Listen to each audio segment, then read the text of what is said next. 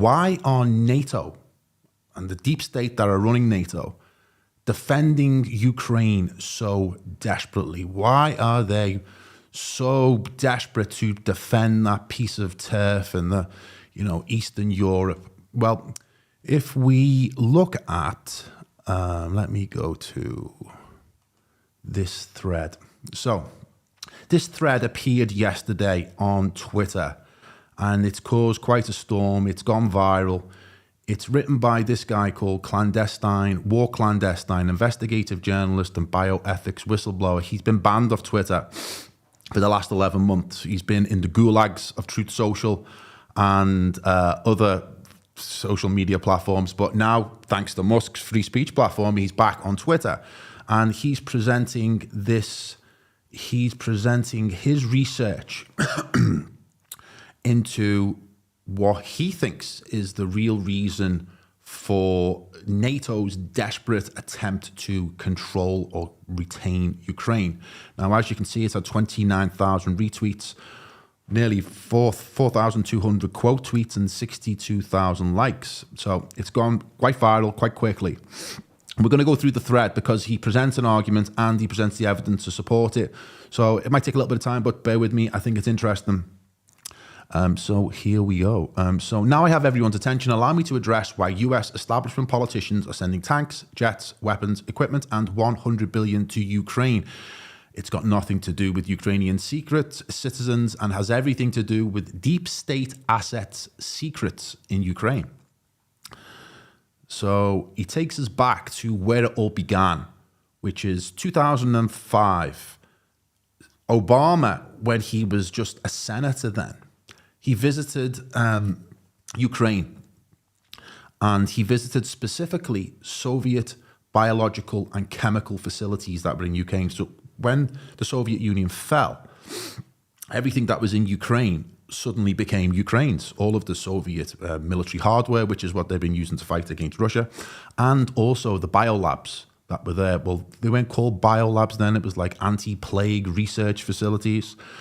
So Obama and another senator called 𝗪𝗓𝗪 visited, and they wanted to take control of the biolabs.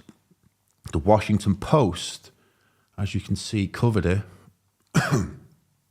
The United States and the Ukraine agreed yesterday to work jointly to prevent the spread of biological weapons, signing a pact that clears the way for Ukraine's government to receive US aid to improve security facilities where dangerous microbes are kept.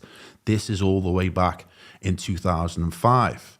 Now, if we keep going with this thread, now the difference in language here is important in how the mainstream media, depending on who the audience is, will define what a biolab is and does. When it was part of the Cold War network or the Soviet network, it was called Soviet bioweapons factories, even though they were called anti-plague research institutions. But when Russia does anti-plague research, it's bioweapons, and when the West do it, it's called defensive gain-of-function directed evolution. So depending on who the audience is will determine what the definition of what a biolab is and does. So in 2005, the Washington Post admitted that anti-plague research results in the production of highly lethal pathogens. So in these research centers in Ukraine that had been taken over by the Americans in 2005, when Senator Obama was the guy, that went over there and sealed a deal and made sure that the biolabs were under US control, it was all hunky-dory. But once, if you remember when Putin began his special military operation into Ukraine, before long there was a revelation by the Russian Defense Department which said that they had discovered biolabs in Ukraine and that potentially COVID-19 was created in these biolabs. They presented it to the UN, and of course the UN just discounted it. America laughed at it until the point where we have, articles like this, which is how the right embraced Russian disinformation about US biolabs in Ukraine. So immediately they were working lockstep to squash any idea that there were illicit, illegal, unlawful, and lawless Ukraine was producing bioweapons. So they tried to squash it immediately. Now, if you look here in 2005, this was the act that was passed in Congress that basically gave America control of these labs. Now, if you look at who the people were involved in creating this bill, this act, there's all the usual suspects. We have Mr. Biden, we have Mr. John McCain, and of course, we have Obama.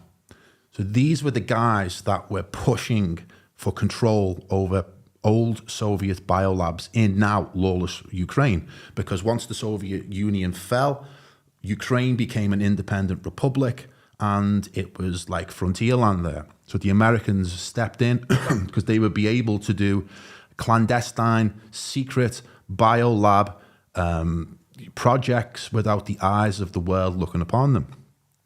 Now, when Obama was elected in 2008, he opened the floodgates to deep state and created lots of, or allowed the creation of lots of bio lab companies that were funded by America and the deep state and the US oligarchs. Now, in this other thread, which we're not going to go into, it talks about 𝗕𝗫𝗫𝗪, which the Bidens are deeply connected to. It's another biolab company which Hunter Biden's connected to, Joe Biden's connected to, but that's a whole other thread which we're not going to cover here. And then the situation turned sour. Under US supervision, Ukraine fell into civil war in February 2014. Now, that was the 𝗦𝗢𝗥𝗧 revolution that the CIA, the deep state in America, decided that they wanted full control over Ukraine to prevent Russia from gaining the Donbass, and they wanted to take back Crimea, and a lot of other reasons were at play. So the Americans fomented a color revolution in Ukraine, and this woman here is a really key player in this whole operation. Her name is Victoria Nuland, and she's a high-ranking official in the State Department, and she is the main point of the battering ram from the State Department, which Trump once called the Deep State Department. And she is the one that has been orchestrating everything that's been going on in Ukraine since at least 2014. And there's a famous leaked audio with Nuland in which she talks about how the State Department will direct who becomes the next government of Ukraine. I'll just play a little bit of it.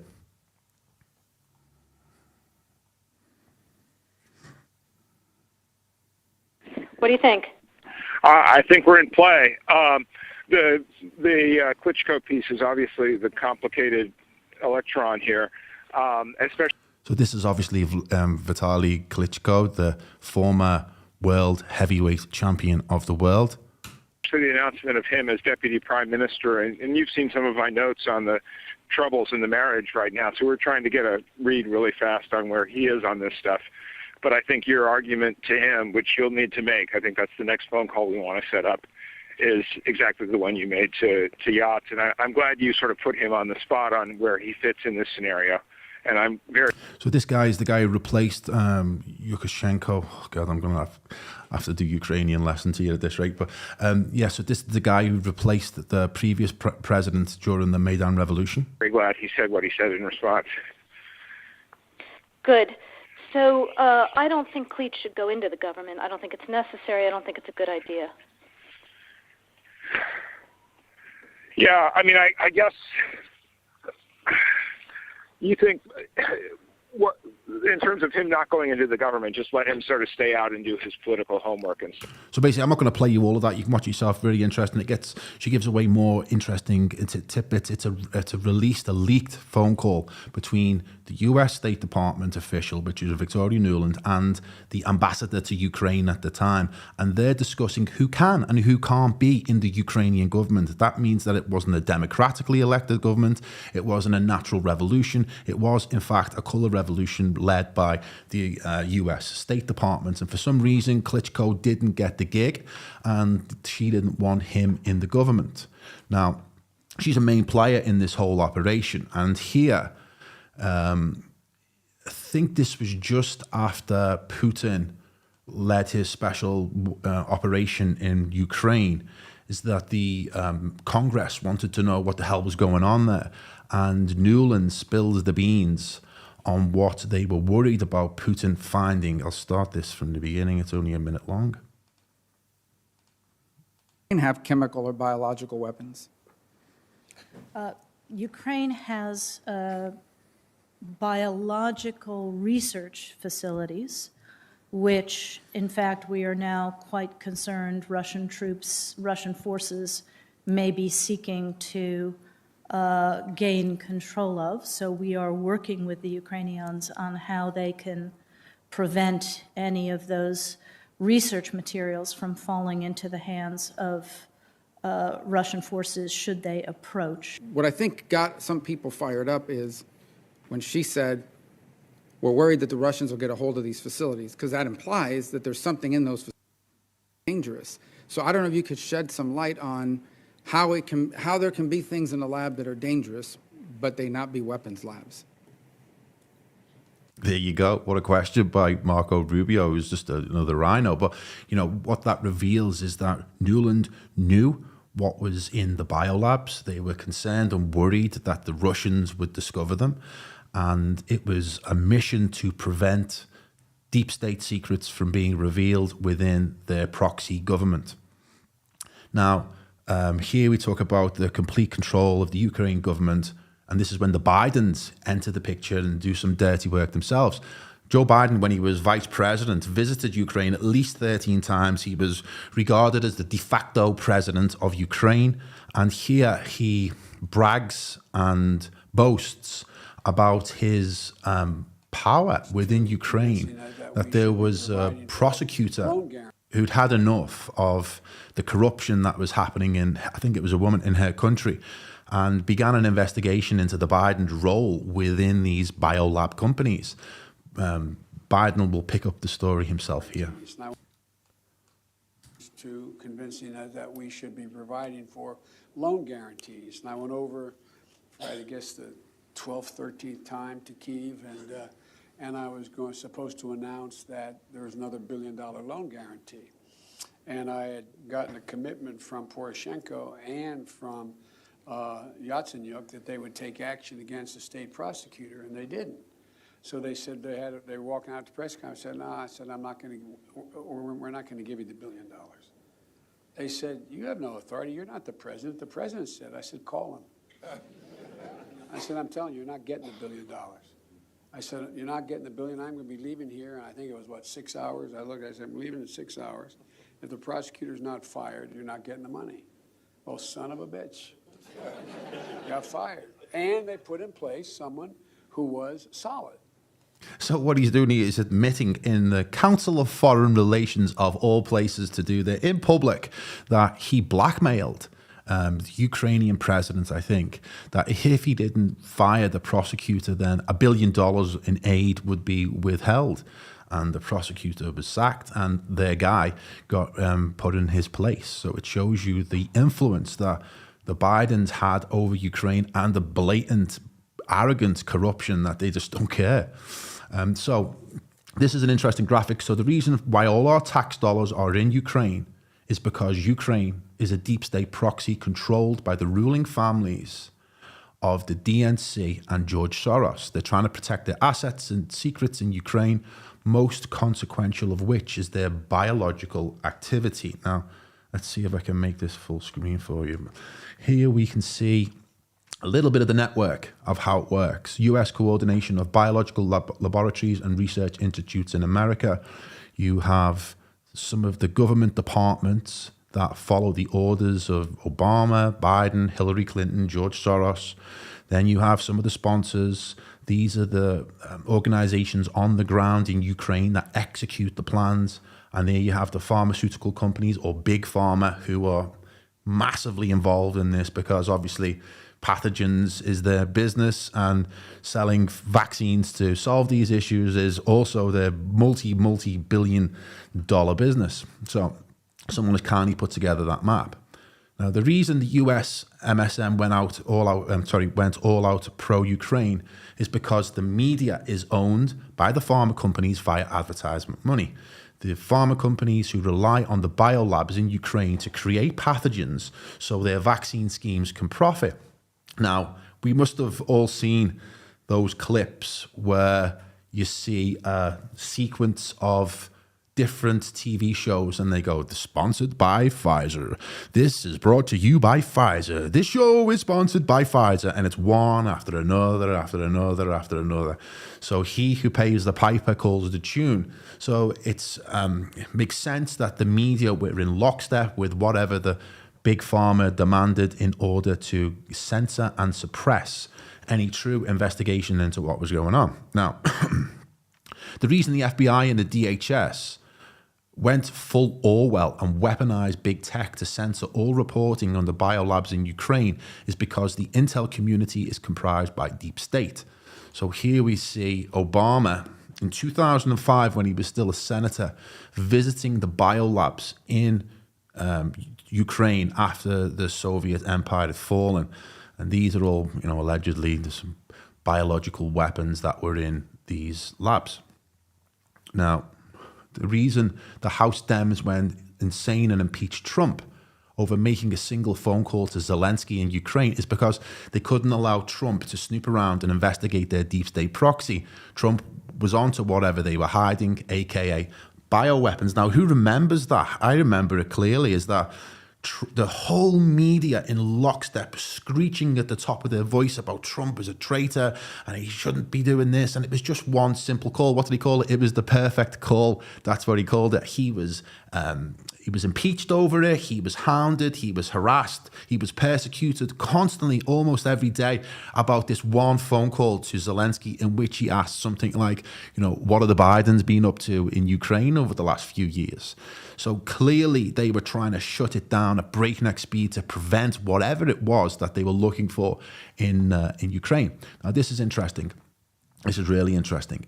The reason Zelensky ordered the Ukrainian Ministry of Defense to destroy all state documents affiliated with US biolab companies, 𝗕𝗫𝗨𝗣𝗣𝗢 and 𝗕𝗫𝗨, on the day that missiles started flying. So when Putin began his special military operation in Ukraine on that very same day, Zelensky ordered the destruction of the evidence. Here is his executive order, apparently in Ukrainian, and this is the translation. The important part here is the Ministry of Defense of Ukraine and Participation Specialist Security Services Ukraine in connection with the conduct of martial law in Ukraine in accordance with so the devastating destruction of personal files of servicemen employees of the Ukrainian Research Anti-Plague Institute. So that's what the name of it was in the Soviet era. So there it is. He's ordering the destruction of the evidence. And then we see also who gets involved here.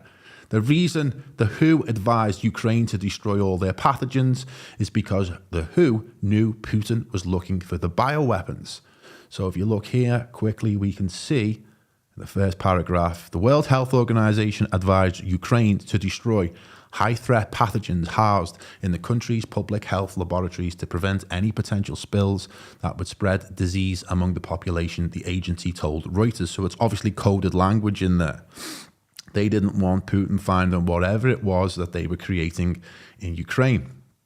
So Big Pharma, MSM, Big Tech, the intelligence community, Zelensky, the WHO, and the deep state politicians all working together to accomplish the same goal, to cover up the criminal biological weapons production in Ukraine, all the entities who happened, coincidentally, to benefit from COVID-19. This is why these entities are hyper-defensive about all things related to COVID-19, biological research, and Ukraine. It's not because they're nice people or altruistic or have the best interests of the Ukrainian people in heart. Of course not. It's to hide the proof of their crimes against humanity, which the harshest of justice should be sought the people who are carrying out these crimes. So that's the end of his thread. Pretty awesome. Not sure, how deeply we can go into it, but for me, that was really well put together and a fascinating insight into what could be going on in Ukraine and why we see this desperate, this kind of like, throwing the kitchen sink at trying to keep hold of Ukraine. And if you follow the Ukraine conflict, and I do watch a bit of Iran and the new Atlas, they're currently fighting over a town called Bakhmut, right? And apparently they call it an insignificant town of no strategic importance, but yet the Ukrainians have been absolutely pouring men into this Bakhmut conflict. Thousands and thousands of Ukrainian soldiers are being lost to Russian artillery in the defense of this inconsequential town. And there's another town next to it called 𝗪𝗪, I think it's called. And the Russians have now taken that, but that has a network of 125 miles of salt mines and salt tunnels, salt caverns, in which are big enough to house concerts. Huge network of underground salt mines, which it's been speculated that they've got something down there. And also Bakhmut, why are they defending it so heavily and using up all of their resources and all of their men? Because it's a desperate throw of the dice.